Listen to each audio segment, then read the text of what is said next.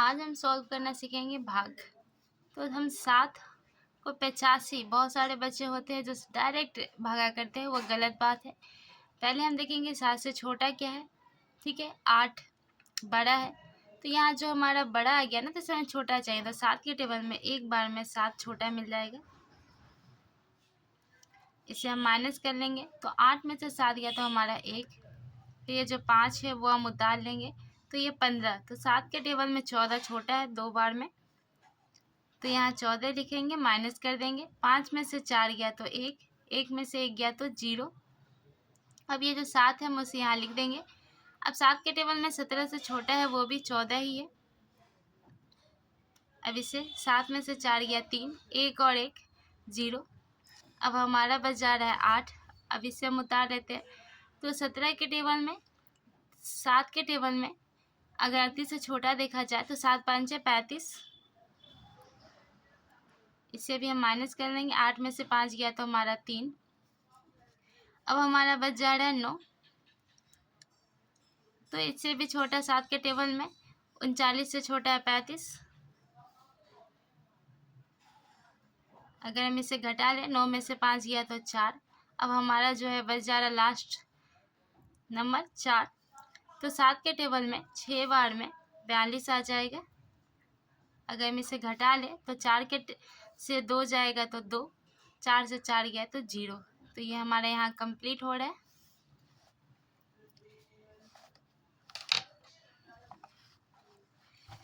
अब देखिए 10 मान लो भागा, मान लीजिए हमारा है 2 0 7।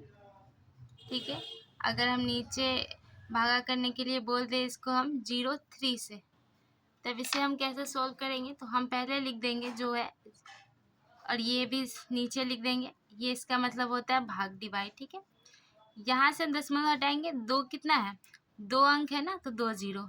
यहाँ से दशमलव हटाएंगे तो पहले कितना अंक था, 3 था, तो 1 0। ये हमने ऐड नहीं करेंगे। ठीक है, 0 से 0 हमारा चले जाएगा, तो हमारा बचेगा 30।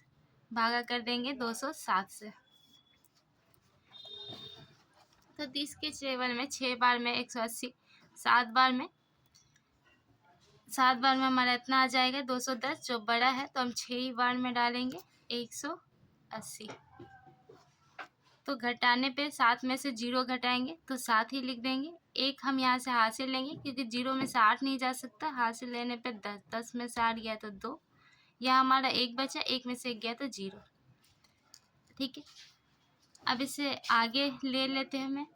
तो यहाँ हम 0 पॉइंट लिखेंगे। पॉइंट का मतलब होता है दशमलव, और हम जिसे दशमलव कहते हैं तो यहाँ हम 0 भी लिख सकते हैं।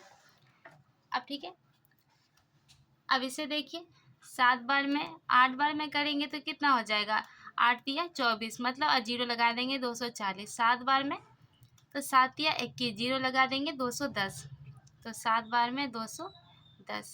अगर इसे घटाएंगे, 0 में से 0, 7 में से 1 गया तो 6, और यहाँ पे हम 1 0, जो दशमलव है ना, इसका मतलब 1 0 हम कभी भी ले सकते हैं।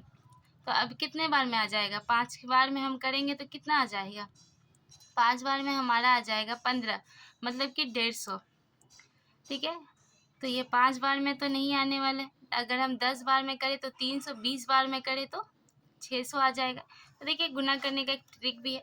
अगर हम 30 को 20 से गुना कर दें तो 3 दूनी 6, जितना 0 है वो 0 हम यहाँ पे लिख देते हैं। ठीक है, तो अभी हम समझ गए कि कितने बार में आ जाएगा हमारा, 20 बार में। तो हम लिखेंगे 2 बार में। ठीक है, 60 कर देंगे, ये हमारा दोनों ही कट जाएगा। ये 0 जो बचा है हम यहाँ पे ऐड कर देंगे, तो ये हमारा आंसर है।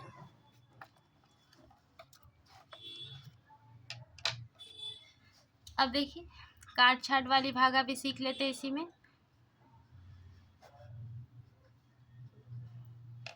तो पहले हम इसे छोटा कर देते हैं। तो 2 के टेबल में 6 बार में, और ये 2 बार में, ये हो जाएगा 2 1 2। फिर 2 के टेबल में 3 बार में, ये 1 बार में, और ये आपका आ जाएगा 2 के टेबल में 1 बार में, और ये 12 जो है 6 बार में। तो सोचिए ये तो 16, 16 दूनी 32 होता है। तो ये जो गैप था ना, ये 2 कट गया, उसके बाद 12 आ गया, कोई अंक बची नहीं, तो वो गैप की जगह हम 0 लिख देंगे।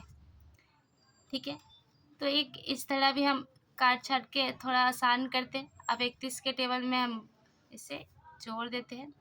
तो 31 5 कितना हो जाएगा, 5 और 6 5 15, ज़्यादा हो जा रहा है। अगर हम 4 से करें तो 4 और 12, 3 से करेंगे 3 और 9, 6 में से 3 गया तो 3, और यहाँ से हमारा 1 बचेगा। ठीक है, तो ये इस तरह। तो इसे हम लिखेंगे कैसे, तो इसे हम लिखेंगे 31 3 13। तो 31 तिया कितना हो जाएगा, तो यहाँ 3 और 6 तिया 9, और इसमें अगर हम 13 जोड़ दें तो 6 और 10 106। तो हमारा कंप्लीट ये मिल जाएगा। ठीक है, तो एक हम इस तरह भी लिख सकते हैं पूर्णांक में, और एक है हमारा दशमलव का ट्रिक, और एक है सिंपल सा भाग।